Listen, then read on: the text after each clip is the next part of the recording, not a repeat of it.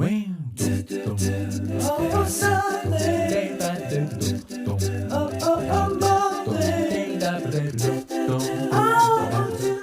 hello friends. I am your host, the Dread Pirate Space Buns, and I'm back at you guys today with part quote, part coping skill, because sometimes those are the best things in life. Sometimes those are the most helpful things in life, are when we can really sit down and read something over and over again and think about it and then be like, how do I apply this to myself? And how do I use this for myself? At least that's what I find. And obviously I do this a lot. What's up? All right.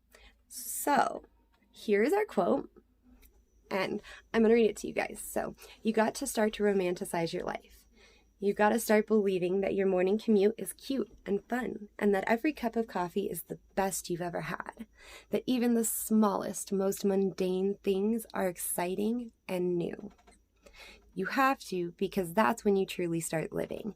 That's when you look forward to every day. I know that's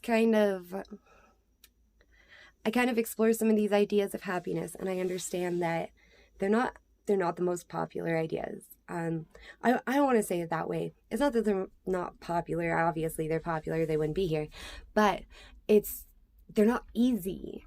They're not easy for everyone. And I don't want to give an idea first off that this is easy for me. This is years and years and years of crafted, figured out, worked on, here's how I'm going to deal with and figure out and be myself and be who I want to be. And I got there by reading quotes like this, by reading through these things and really thinking and really being like, how does this work with my life? How does this work with who I am or who I want to be? And honestly, obviously, I think I want to be a happy person. I kind of operate off of like the mindset that A, life's too short, and B, life is kind of boring in a lot of ways. And what makes it exciting is you and what you do with it. Face it, there's absolutely nothing exciting about going to the bank. But if you treat the ATM like it's a robot that may or may not start a fight with you, it can be a pretty fun experience at the ATM. And trust me, then when it starts spitting your card back out and it's like malfunctioning and freaking out and you're like, you don't get so mad at it, you just kind of laugh and you're like, stupid robot, and walk away. And before anybody's like, the ATM's not a robot, it kind of is. It kind of really is.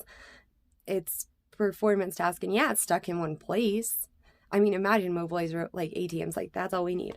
I need to find the ATM, but it said it was 3 blocks, back that way 2 hours ago, and I don't know where it went since. The GPS went offline.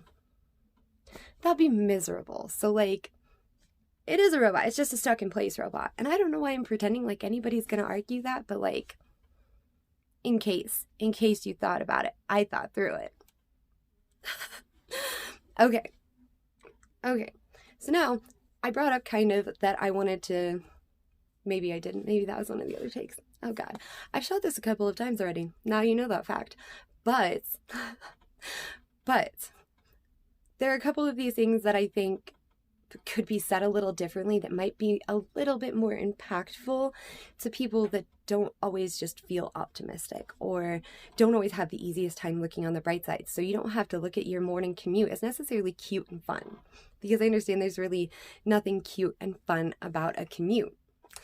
At this point in time, I think it's safe to say each one of us engages in our own kind of fantasy universe. So my advice and my thought would be to you, whatever fantasy universe you really engage in, try to find a way to like make your morning commute that. Sometimes I have to drive between cities, especially to go see my doctors about my Graves' disease. Fun stuff. Anyways, the states decided that they're going to do a ton of construction on the interstate. And so what used to be a 3-lane interstate with a speed limit of 75 is now a 2-lane interstate with a crap ton of crazy like S-turns, and it's really fun. But that's not the point here. The point is that they made the interstate crazy to drive, and sometimes you come up to people and you're just slamming on your brakes, and the traffic can be really frustrating. Now, what I personally like to do is kind of pretend like it's a pod race. Go figure. I love space. I love Star Wars. What are we doing here? But it's kind of fun when you put it into that, like you're driving a spaceship and everybody else is driving their spaceship. And I don't know, in a way, I think that helped me too to really, really think about everybody else that was there too. And not just to look at, oh, it's another car. When I thought of it being another spaceship, all I could think of was the Millennium Falcon or the Ghost. And I had to be like, oh man, think of those crews. Oh, how many people do you think are in that car? And it became this really interesting, almost like cycle where my brain really wanted to create more and more and more out of it. And honestly, I think it's made me a safer and more attentive driver. So I say have a little fun with it. Let your imagination fly a little bit. Let your imagination fly with life, though. And get excited. If you have a really great cup of coffee, be like, yes, this is the best cup of coffee ever. And I'm so happy for that. Really feel the things that you feel. And,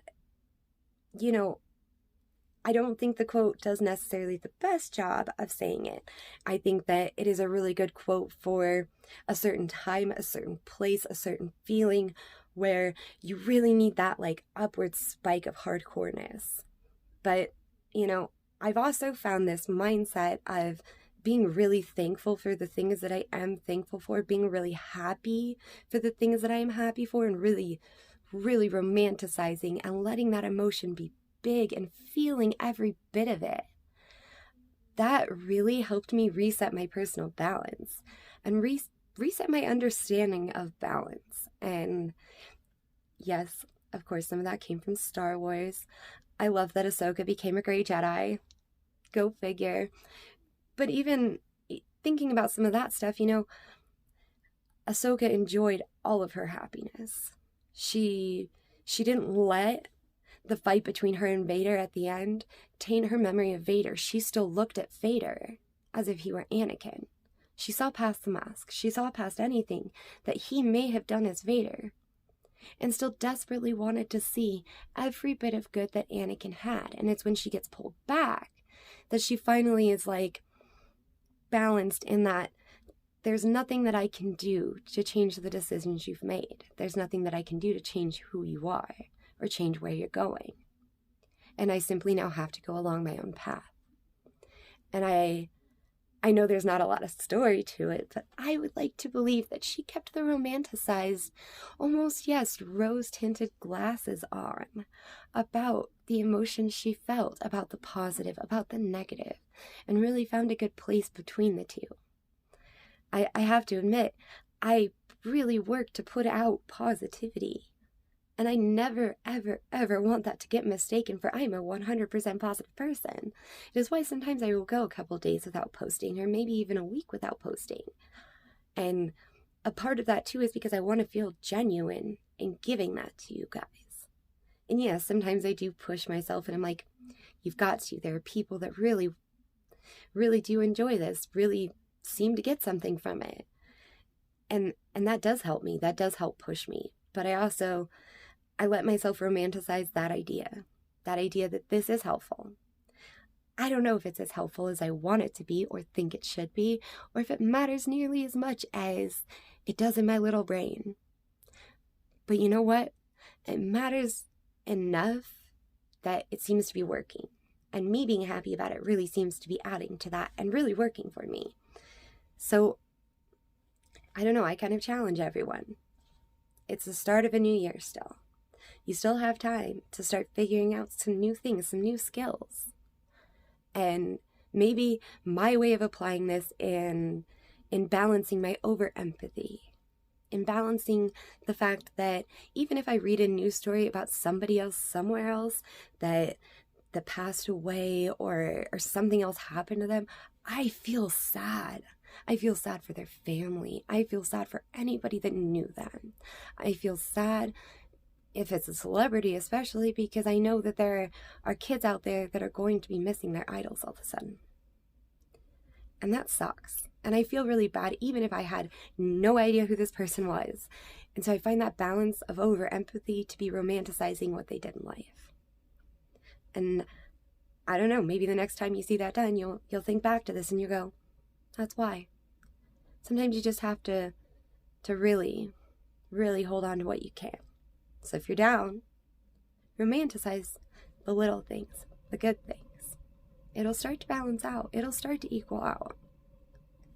Use your brain power. Use that strong, strong mind of yours, because we can all do this. We're going to have a good year.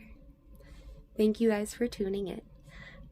I really hope that this wasn't like the most supreme ramble ever. And for those of you that have given me the advice to outline, behind the camera is a pretty outline that I would show you. But I'm a mess. This is cool, but I'm a mess. So I'll get to showing you guys that sometime soon. And that will be an upcoming video idea. Look forward to it. But anyways, thank you to everybody that does watch this. Thank you for tuning in, for sticking around, and for really supporting me and helping me to not feel like I am alone, or I don't know, for lack of a better term, just kind of crazy in thinking that this is such a good idea. So thank you guys, and I really hope that you do find some help here. And if you have ideas or you have suggestions, never be afraid to send me a message somewhere. I drop all my social medias down below. Don't be afraid to just say it in the comments. I am completely open to open discourse. I will never shut anybody down or make anybody stop. You're welcome to say what you'd like to say. And to the best of my ability, I will try to have a productive and very constructive conversation between the two of us, or however many of us appear, whatever. The point is, I'm open to conversations and ideas, and hopefully have a lot more better coming, because I'm gonna be on this. I got this, you guys. Anyways, I'm rambling. Make sure you like the video and subscribe, because that really does help me out in reaching my goals this year. And yeah, thanks for watching. Thanks for coming by. Dread Pirate Space Ones out.